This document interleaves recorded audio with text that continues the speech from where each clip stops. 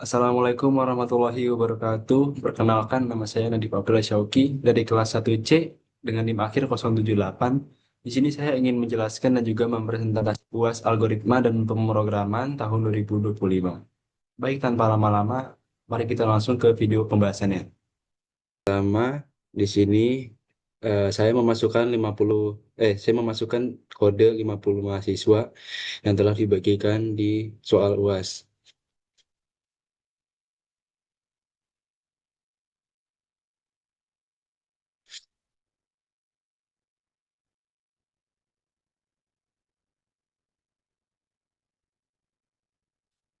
Yang pertama ada bagian A. Pada bagian awal kode ini saya mengintegrasikan dua library standar Python yaitu JSON dan juga OS. Lalu library OS digunakan untuk memastikan sinkronisasi jalur direktori kerja antara skrip, program, dan lokasi penyimpanan file di sistem operasi. Pada baris awal saya memerintahkan OS get cwd. Fungsi teknis dari perintah ini adalah untuk mengambil informasi mengenai current working directory atau direktori kerja aktif saat ini. Hal ini merupakan praktik pemrograman yang baik untuk memastikan adanya sinkronisasi antara lokasi script eksekusi dengan lokasi penyimpanan database JSON. Selanjutnya, saya menerapkan block error handling menggunakan try dan juga except. Ini. Jadi di sini agar tidak membiarkan program berhenti secara paksa saat terjadi kesalahan seperti file yang hilang atau format data yang rusak. Sistem akan memberikan notifikasi spesifik kepada pengguna mengenai letak kesalahannya sebelum menghentikan proses secara aman melalui sistem exit.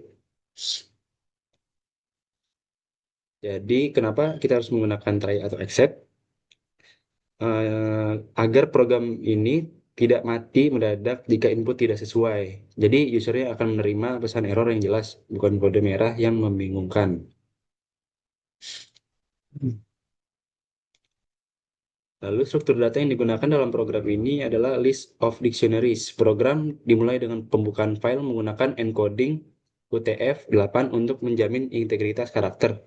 Setelah data dimuat ke dalam variabel data aktivitas, sistem melakukan validasi untuk memastikan data tersebut tidak kosong. Jika valid, program masuk ke tahap iterasi menggunakan fungsi enumerate untuk melakukan pemetaan data.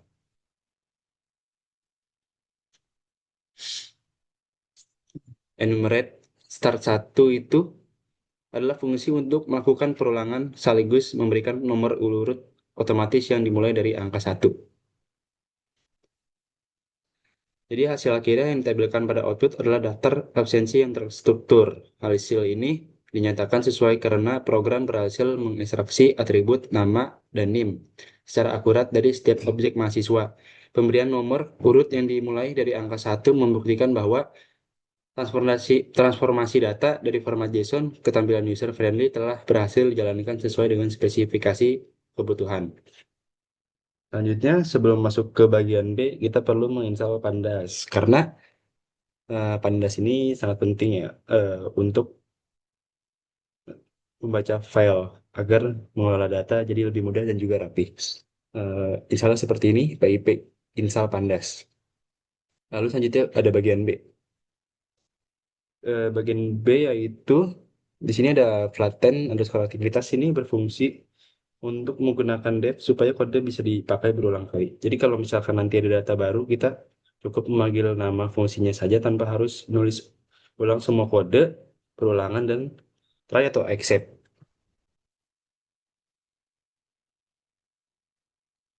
Kalau menulis ulang, kalau ada kesalahan pada logika pengolahan data, kita cukup memperbaikinya saja di satu tempat, yaitu dalam fungsi ini.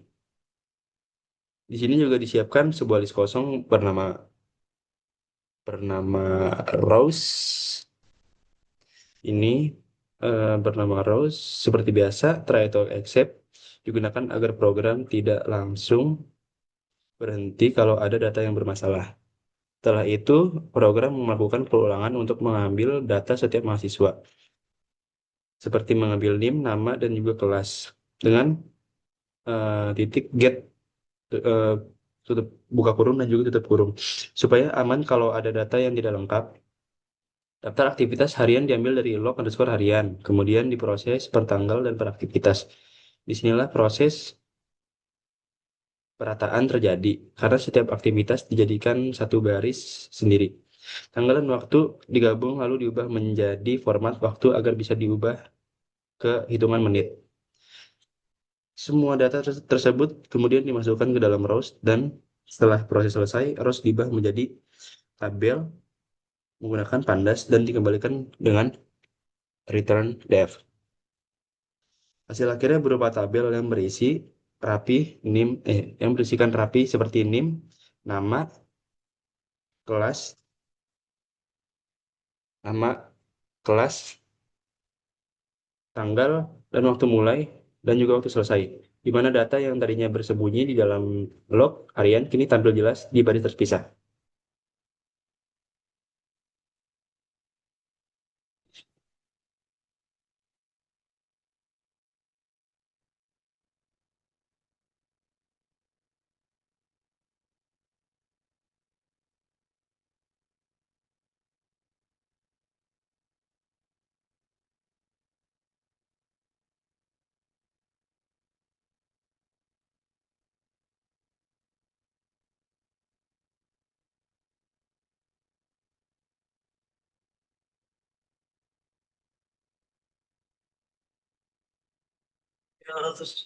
Woi, Anji, gimana?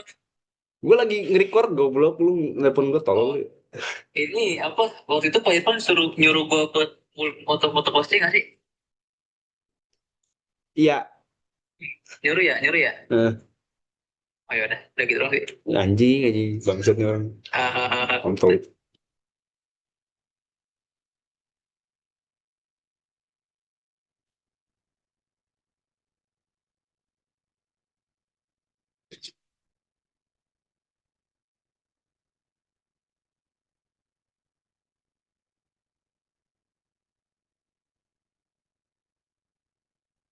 Kali tuh lagi tugas. Pulang.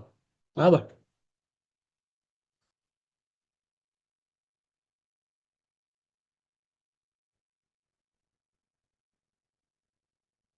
Lalu lanjut ke bagian C. Nah, di sini penggunaan import NumPy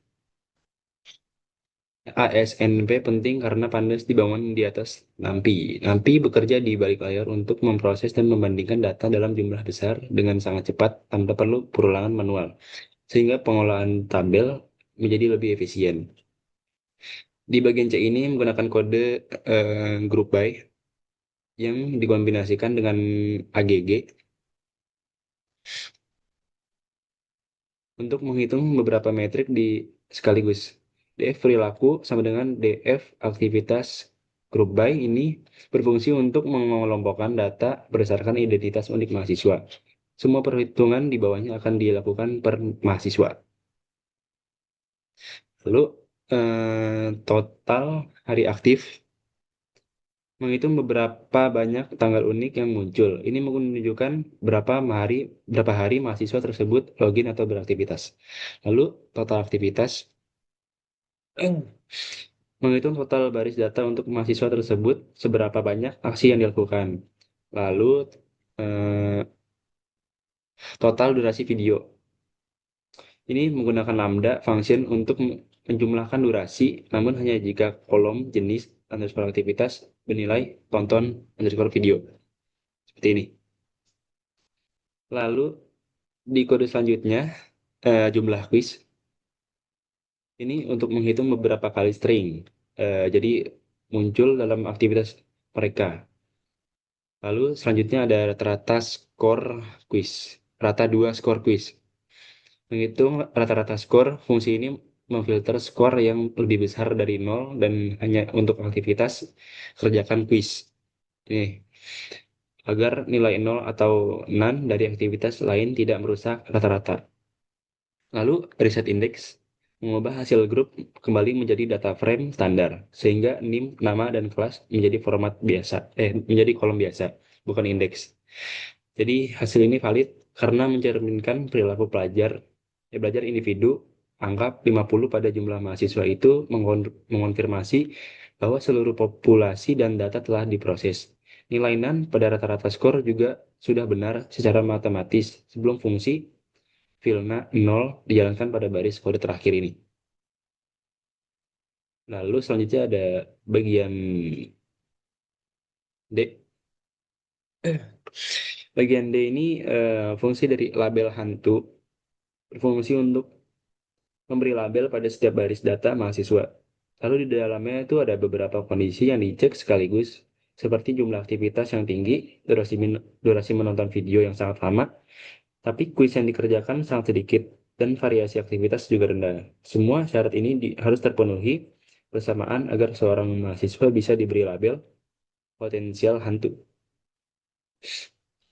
Angka-angka seperti 30, 600, 1, dan 2 digunakan sebagai batas yang jelas supaya penilaian tidak asal dan tetap objektif. Jika syarat tersebut tidak terpenuhi, maka hasilnya akan diberi normal. Fungsi ini kemudian jalankan seluruh data menggunakan apply ini, sehingga setiap baris diproses otomatis tanpa perlu membuat perulangan manual. Hasilnya disimpan dalam kolom baru bernama label. Lalu hanya kolom penting seperti NIM, nama, kelas, dan juga label yang ditampilkan agar tabel lebih mudah dibaca. Saat program dijalankan, sistem akan mengecek satu persatu data mahasiswa. Jika ada yang durasi videonya sangat lama, tetapi hampir tidak mengerjakan kuis, maka akan diberi label potensial hantu. Namun berdasarkan data yang ditampilkan, semua mahasiswa mendapat label normal karena tidak dapat satupun data yang memenuhi semua kriteria tersebut secara bersamaan. Lalu ke bagian yang E. Nah, jadi ini ringkasan underscore hantu ini itu sebuah dictionary kosong yang akan digunakan sebagai wadah utama untuk menyimpan hasil akhir. Nest dig, nested dig for class inserted ini itu misalnya untuk mengambil semua nilai unik dari kolom kelas, misalnya A, B, C. Lalu kode sorted, lalu kode sorted untuk memastikan literasi dilakukan secara alfabetis. Lalu loop itu untuk menjalankan proses di bawahnya untuk setiap kelas satu per satu. Dan juga memastikan bahwa urutannya itu konsisten pada setiap kali program dijalankan. Dan yang paling penting untuk pembuatan laporan yang lebih rapi. Lalu DF ini, DF underscore kelas dan berlaku untuk melakukan filtering. Biasanya itu baris ini membuat data frame sementara yang hanya berisi data mahasiswa dari kelas yang sedang diproses di dalam iterasi tersebut. Nah, kalau total underscore mahasiswa ini untuk menghitung jumlah total baris mahasiswa yang ada di dalam kelas tersebut. Selanjutnya ada kode jumlah potensial hantu untuk menghitung berapa banyak mahasiswa yang memiliki nilai potensial hantu pada kolom label. Di Python, true bernilai 1 dan false bernilai 0, sehingga sum efektif untuk menghitung jumlah kondisi yang terpenuhi. Di sini ada if dan else itu untuk menghindari error jika kelas tidak memiliki mahasiswa. Jika ada mahasiswanya, persentase dihitung dengan rumus total mahasiswa sama dengan jumlah underscore potensial underscore hantu kali 100. Nah, kode ini ringkasan underscore hantu kelas itu memasukkan hasil perhitungan ke dalam dictionary ringkasan underscore hantu. Nah, key-nya adalah nama kelas dan value-nya itu adalah dictionary lain yang berisi detail angka. Tujuan dari semua kode ini mengubah data dari bentuk tabel data frame ke dalam bentuk struktur data Python murni. Dan untuk outputnya kita bisa lihat di sini bahwa kelas A memiliki resiko tertinggi yaitu 11,76%. Dan kelas B memiliki 6,25%, dan kelas C yang paling aman yaitu 0,0% karena tidak ada mahasiswa yang terlabel potensial hantu. Lalu selanjutnya ke bagian F.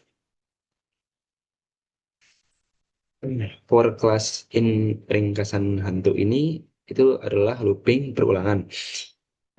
Lalu variabel ringkasan underscore hantu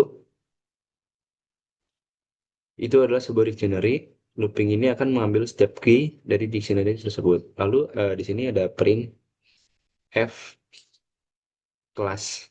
Ini fungsinya untuk mencetak nama kelas. Lalu selanjutnya ada print f total mahasiswa. Ini kode ini mengakses nested dictionary. Kode ini mencari key kelas tertentu lalu mengambil nilai dari subkey total mahasiswa. Lalu selanjutnya ada printf jumlah potensial hantu. Ini baris ini mirip dengan baris sebelumnya yaitu mengambil angka jumlah mahasiswa yang masuk kategori potensial hantu. Lalu selanjutnya ada printf persentase potensial hantu. Itu menampilkan hasil perhitungan persentase dengan tambahan simbol persen di akhirnya. Lalu print ini yang kosong.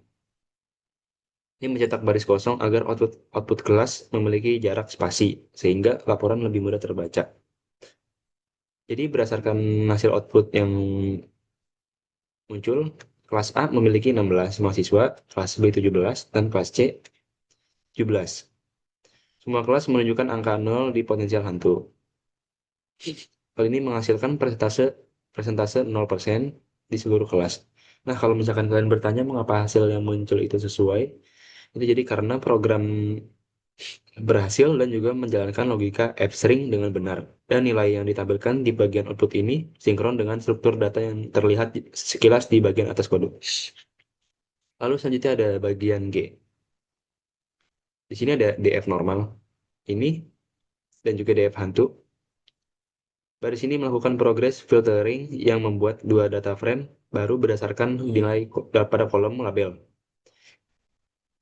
Jadi ini penting agar kita bisa membandingkan karakteristik masing-masing grup secara independen.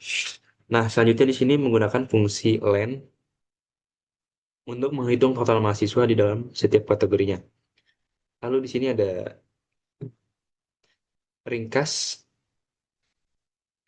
ringkas df nama underscore label. Ini berfungsi untuk efisiensi agar kita tidak menulis kode yang sama berulang kali.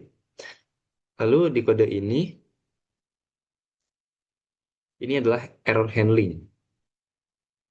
Yang jika kelompok tertentu, misalnya hantu, tidak memiliki data, program tidak akan error saat mencoba menghitung rata-rata.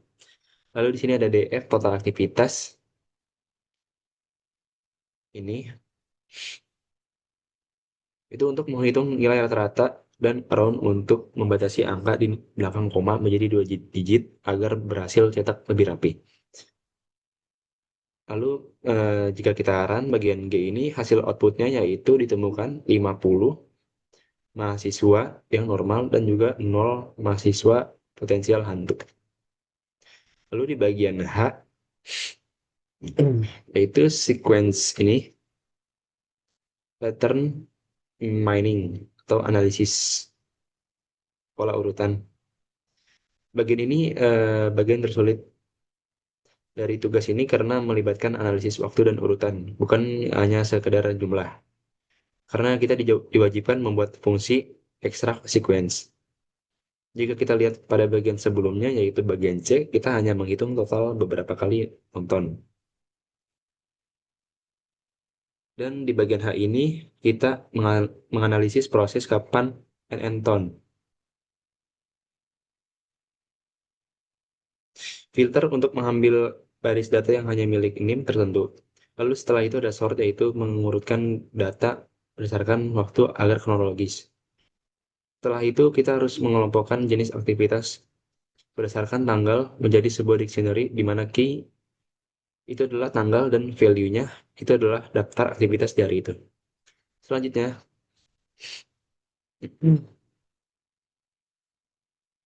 ada score underscore urutan. Yang pertama kita cek keberadaannya itu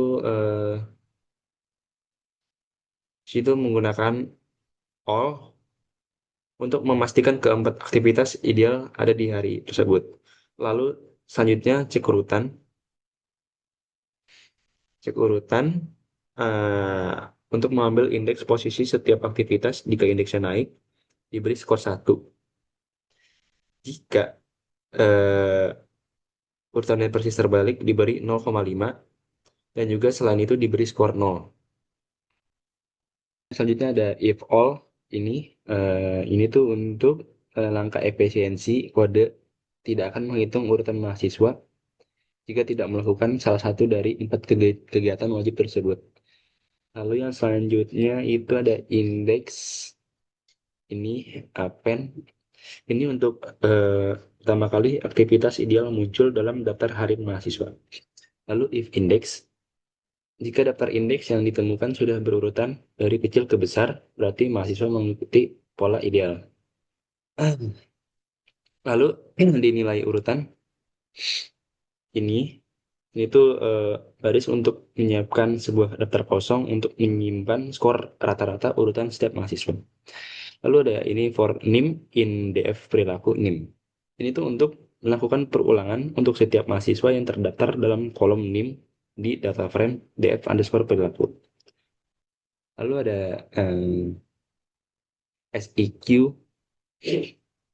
Jadi fungsi ini dipanggil untuk mengambil riwayat aktivitasnya dari data mentah DF aktivitas dan hasilnya adalah sebuah dictionary dengan format tanggal titik dua daftar aktivitas.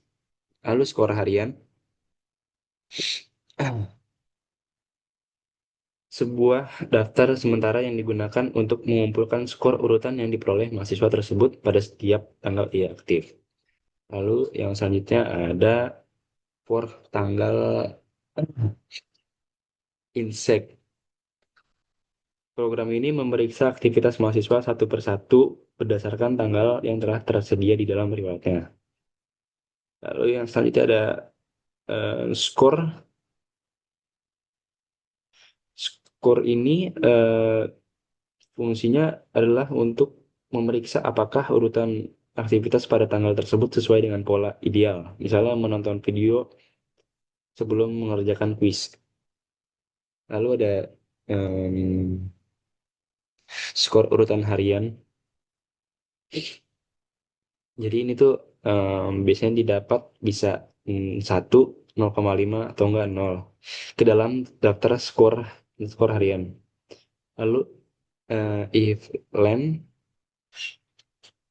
skor harian 0, jika mahasiswa tersebut ternyata tidak memiliki catatan sama sekali, program memberikan skor 0 agar tidak terjadi kesalahan perhitungan. Lalu selanjutnya ada ini, sebelum lanjut ke bagian I, kita install Matplotlib dulu, karena Matplotlib ini mesin yang membuat grafik dan juga menangani hal teknis seperti pembuatan kanvas kosong, dan juga menggambar sumbu X dan Y, serta menambahkan judul dan label. Lalu selanjutnya kita install juga Seaborn. Jadi Seaborn ini itu adalah visualisasi data berbasis Python yang digunakan di atas Matplotlib. Jadi jika Matplotlib adalah alat dasar untuk pembuatan grafik, Seaborn adalah versi yang lebih canggih, cantik, dan juga mudah digunakan. Lalu ke bagian I. Di bagian I ini ada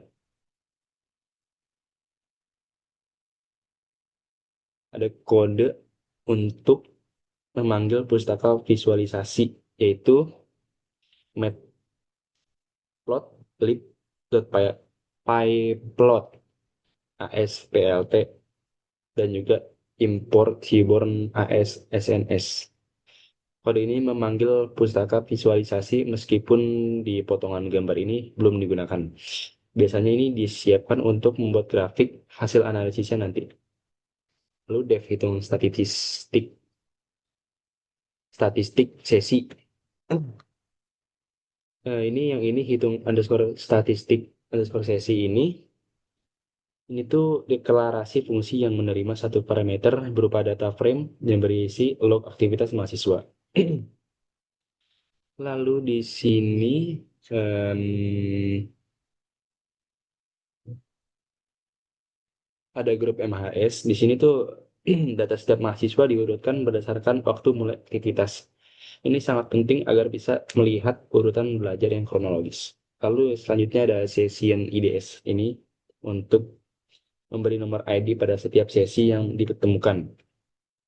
Lalu selanjutnya ada if last end time is none. Ini tuh untuk baris pertama yang diproses untuk mahasiswa tersebut last end time masih kosong. Maka program secara otomatis menetapkan bahwa ini adalah sesi pertama atau sesi satu. Lalu ada if gap lebih besar 30. Ini tuh bagian yang paling krusial. Jika tidak lebih dari 30 menit, program menganggap mahasiswa tersebut sudah berhenti belajar cukup lama, sehingga aktivitas berikutnya dihitung sebagai sesi baru. Jika jeda 30 menit atau kurang, program menganggap mahasiswa hanya istirahat sejenak atau berpindah materi. Sehingga, sehingga aktivitas tersebut dalam sesi yang sama. Lalu selanjutnya ada eksekusi. Ini tujuannya untuk mengelompokkan aktivitas belajar mahasiswa yang terpencar-pencar menjadi sesi belajar yang utuh gitu. Lalu di sini ada hitung statistik sesi. Jadi itu ini untuk data dikelompokkan berdasarkan NIM agar analisis dilakukan per individu mahasiswa.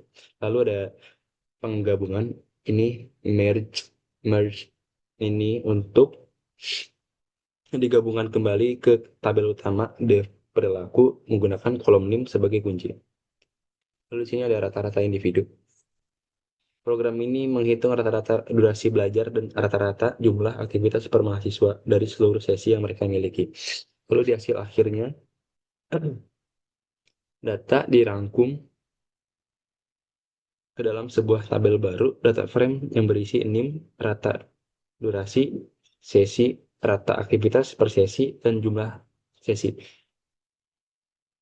Mahasiswa yang tidak memiliki riwayat aktivitas diberi nilai 0 agar tidak menyebabkan error saat visualisasi.